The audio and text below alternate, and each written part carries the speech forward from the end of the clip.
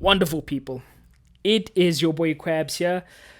Finally uploaded my first deck profile for this specific channel. I do have another channel, but this channel will be strictly for Yu-Gi-Oh! Yeah, I decided to play Zombie Adventure Punk.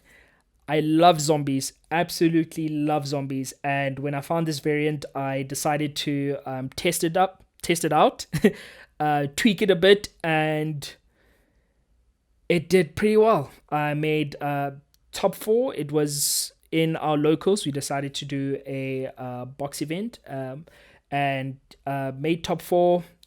Unfortunately, got knocked out of round one of Top Cut. I did go X1 in Swiss, which was fantastic.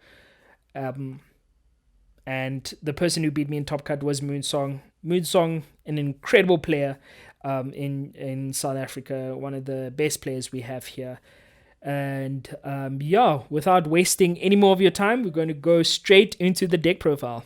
So we're going to start with the Punk package.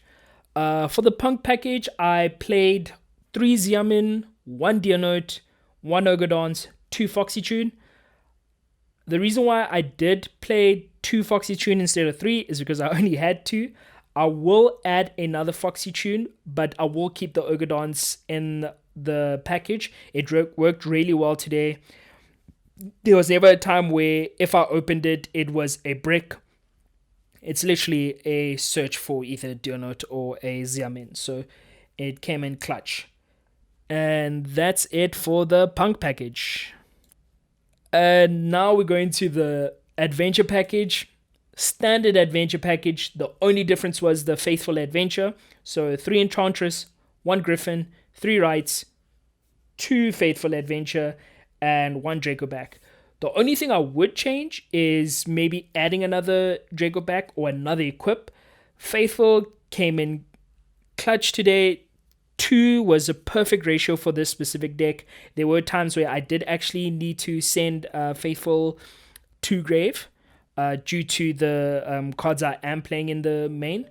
And having that second Faithful was perfect. And now for the zombies. So I play 1 Unizombie, 3 Mizuki, 1 Changshi, 1 Banshee, and 1 Doom King.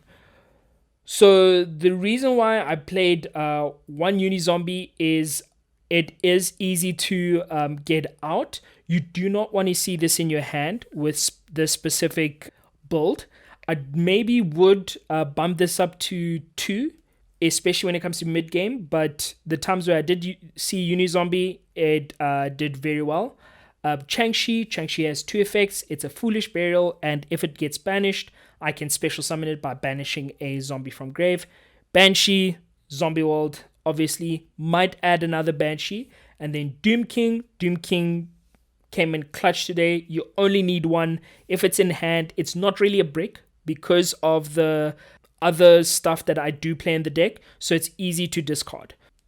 The ratios were like pretty good in the deck. Again, I might just add another Banshee and that's it. And then what sets this deck apart from the other Punk Zombie decks that I've seen is that I do play their Altlich package. So I did decide to play 2 Golden Lord, 2 Sanguine, 2 Conquistador, 1 Haquero, and 1 Cursed Outland. I do want to bump up the Sanguine and the Conquistador to 3. Golden Lord was fine at 2. Haquero and Cursed Outland were fine at 1 each. But yeah, this specific package worked so well. The Outlich stuff does somewhat lock you into zombies. If you do time your interactions correctly, then you will not have a problem with the specific package. If I did need like a discard fodder, this was perfect to discard if I had it in opening hand, because end phase I can banish one of the traps to either get a Sanguine, or Sanguine I can actually get the Haquero or Conquistador depending on what my hand looked like. So didn't really conflict. There was only one time I did brick, but that's okay. It happens. And now into our extenders. So I play 1 Jet Synchron, one Plague Spreader, one Fairy Tale Snow, which I might cut. And then I played the Danger package, which is one Jackalope, one Zukinoko, two Nessie. This package came in clutch. It does synergize with the Jet Synchron in terms of making a Synchro 8 for the Nessie. And then with the Jackalope and Zukinoko, it does synergize with my level 3 tuners, which allow me to go into one of my synchros that I do play in the extra deck. And then I play one Vishuda. Vishuda works pretty well in this deck. If I do go second and I do have the adventure package on field, I can use its effect in hand to force out a negate or some sort of interaction. And then it's a free special summon.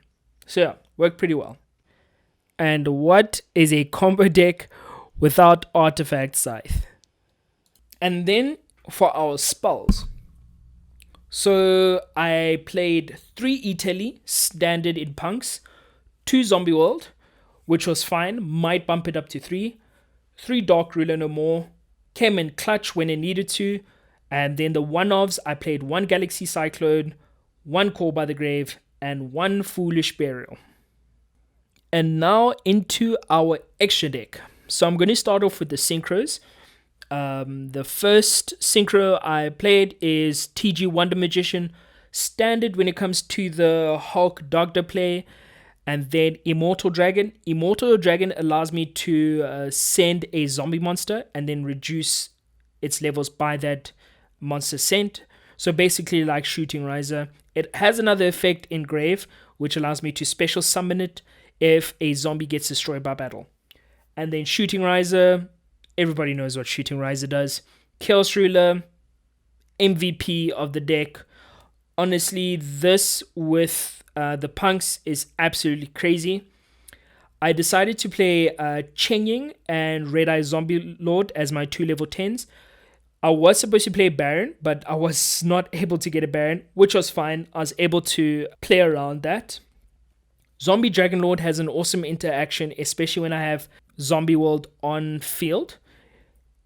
It allows me to special summon a zombie from Grave as a quick effect. So I can actually special summon, if I had Scythe in Grave and Zombie World, I can special summon Scythe during draw phase. I can special summon Griffin if I did use it as a synchro or some sort of link fodder from the grave as well. So that is in the gate. And pretty much any other card or any other monster while I have Zombie World on field. And then the Psychic End Punisher. Psychic End Punisher was absolutely crazy. Easy to make with the punks. Just needed level 3, level 8. There were times where I actually modified levels with my Unizombies, so I was able to go into Psychic End Punisher. Absolutely crazy card. So yeah, that's it for the synchros. Then the only exceed I did play was the Zombie Vampire. Zombie Vampire is a very, very good exceed for this deck. Absolutely nuts. It can give you information from your opponent's deck, what they're playing, if you don't know what they're playing. And you can use their monsters if you need that opponent's monster. I did special my opponent's monsters more than once when I did actually use the Zombie Vampire's effect. And there's synergy between this and Chaos Ruler, where if I'm not able to get a Chang-Chi for the additional combo, I can actually banish this and Foxy Tune to bring out Chaos Ruler. So yeah, only XCs. And then for my links, Linkaribo MVP this weekend. Absolutely amazing card. It allowed my Jet Synchron to actually become a 1-card access code, which sounds nuts, but I was able to do that. Hulk, everybody knows what Hulk does. Dogda, same thing. IP and Unicorn, IP and Unicorn together, absolutely amazing. The only time I actually used IP is when I did not want my Unicorn to actually be destroyed, because a lot of people are playing Ogre. So the interactions I had was I would IP first, Then I still had an additional monster, so I would go into unicorn using the IP and the additional monster.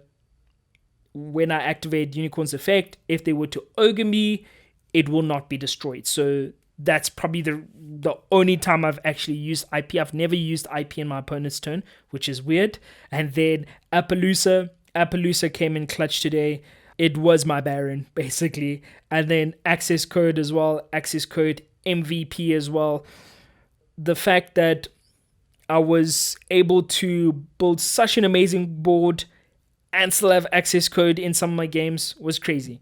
So shout outs to you, access code, and shout outs to the owner of this access code as well. And that is the end of the deck profile. I hope you guys enjoyed this deck profile. Stay tuned for more. There will be more content that I will be posting on this specific channel. I am going to post more here than I do in my main channel because Yu-Gi-Oh! Is life, guys. Again, I will put Moonsong's channel in the description. Definitely check Moonsong out. Incredible player. My last game, absolute grind. Loved it. If you guys do want to see different deck profiles that I do have from myself or from people at my locals, then please comment below. Stay tuned for future content. It won't just be deck profiles. I do want to do some live matches as well, maybe some remote duels. We'll see how everything turns out. If you guys do want to see me on stream, you guys can catch me on Twitch. I will be testing some decks that I am building, as well as playing with you guys if you do see me on Twitch. So check me out. Link will be in the description. And it's been your boy Krabs. I topped with this deck. Amazing. Thanks for watching, guys. Peace. I feel alive, yeah. Look at me racing the time. Bitches that I'm putting on to the side. I don't owe you nothing, did it? Put a ring on your finger, I was passing the time, yeah. Hated I started with that, but anyway, niggas still on the grind. Told you that I'm coming for what is mine. Got a couple of them pages in my head, find a way to take it straight to the heart. Dotted line, I'm a bigger artist. Got my niggas that gotta play a big